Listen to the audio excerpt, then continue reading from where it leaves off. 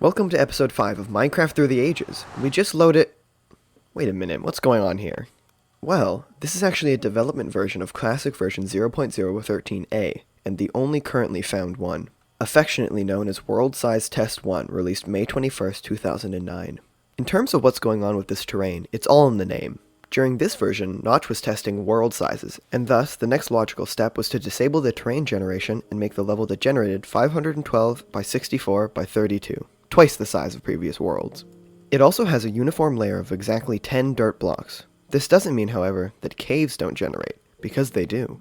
Alongside these caves are any lava lakes and other miscellaneous things that would generate inside of them as well. This first development version, as well as the two that come after it, show that Notch most certainly had larger world sizes in mind for this version. This feature, however, didn't make its way into the release of the game that the public got to see. Speaking of versions that the public got to see, and we have, welcome to classic version 0.13a_03. And I won't lie, I've got some big plans for this version just in terms of builds. I'm a big fan of Minecraft terrain generators all throughout the versions, but in terms of classic terrain generators, this might be my favorite. It's just something about it that often splits the terrain into two or is just cool to me. I've thought about a build that I could do using this terrain, as not much is added or changed in this version. I'll talk about the build first, then dive into these changes and additions. I envisioned this world as a sort of split civilization. On one side, I imagine a more modern area or district with skyscrapers and rows of housing, and on the other side a more medieval town with a grand wall and castle or town hall overlooking it all. This might sound very grandiose and it'll take a fair amount of time to implement, but by the end of this video, I hope some good progress will be made towards it. Now, on to the additions. First, and most importantly, is the addition of the pause menu. It may look a little underwhelming and strange seeing this, as it isn't really the color we associate with Minecraft menus, but at this time the addition would have been game-changing. Up until this point, this little Java applet had been unable to actually save your level. As soon as you were done with the world, it would go away forever. With this update, all that changed, as after making a free account, your world could now be saved. These save servers aren't working anymore, however, so external saves are needed for me to keep doing what I'm doing. You can use a proxy to reroute how the levels save in the game's files, but instead I'll just be using the offline DAT feature with the Betacraft launcher. In terms of the pause menu, that's it.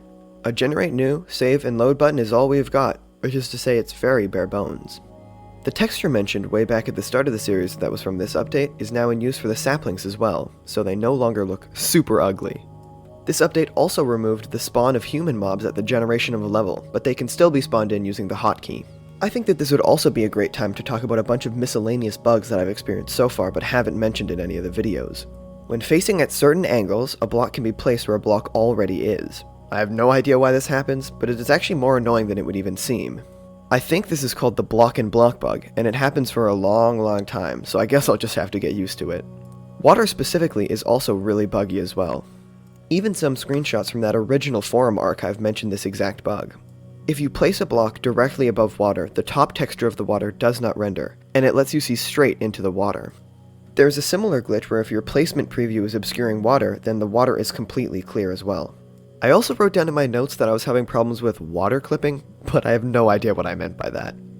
And that's all for the bugs. So here we go, full on montage mode from here on out.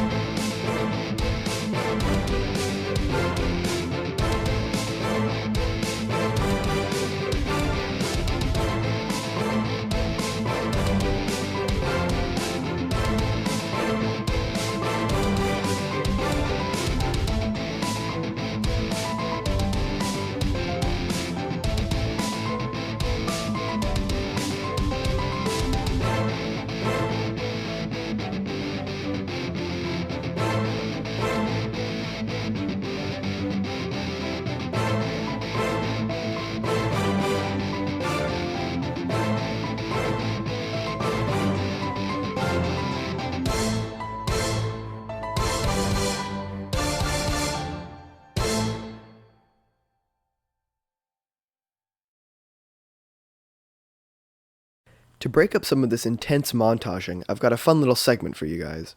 Looking through all the different Minecraft terrain generators for this series, I'm starting to really recognize some different ones. So I decided to make a little competition to see how well you'd do.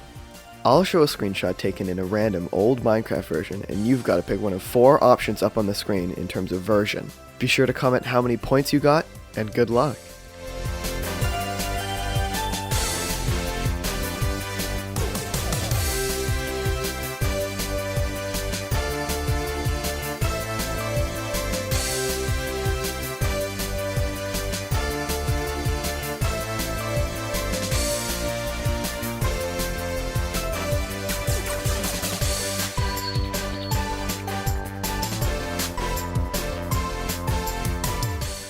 Okay, I've had my fun. Back to finishing off this build.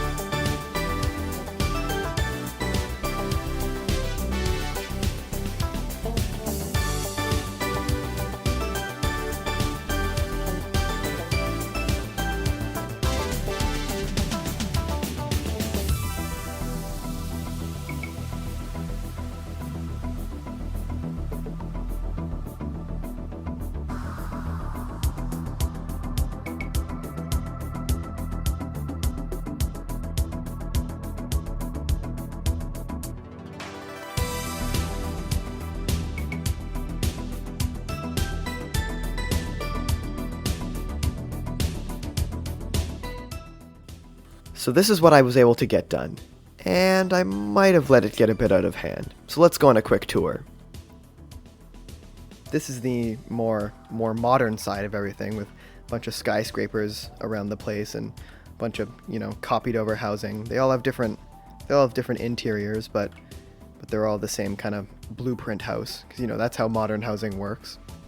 The plan is also to kind of have different leaves or something like that, or glass in all the skyscrapers, but so far all we've got is stone, dirt, cobblestone, wood, and plants, so we've still got to wait to do that. There's also a bridge connecting the two different islands they are now, because they're no longer connected. I destroyed the only really land bridge. Over here we've got the entrance into the gated off medieval area with the windmill over here and the crops out front. You can really get a great view of the medieval area from on top of the wall. Like, that just looks awesome. At least, you know, in my opinion. I might have built it, might be a bit biased. So far, the medieval town still has a lot to be desired, but so it has a lot of development to go, so I've just got to clear out more of this area and build a lot more here. But the coastal kind of village is a lot more lively, with the two houses here set up, a bit of a fishing shop and a bit of just residential housing alongside a crane and boat and stuff like that. Piles of resources taken in by the shipments out to the open sea. And that's about it.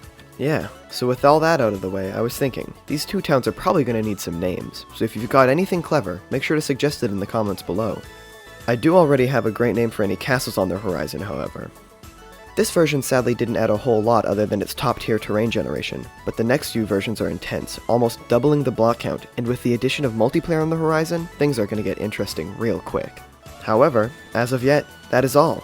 The wait this time around was maybe a bit much, but the good news is that work has already started on the next episode, so expect a new episode pretty soon, and expect it to be awesome.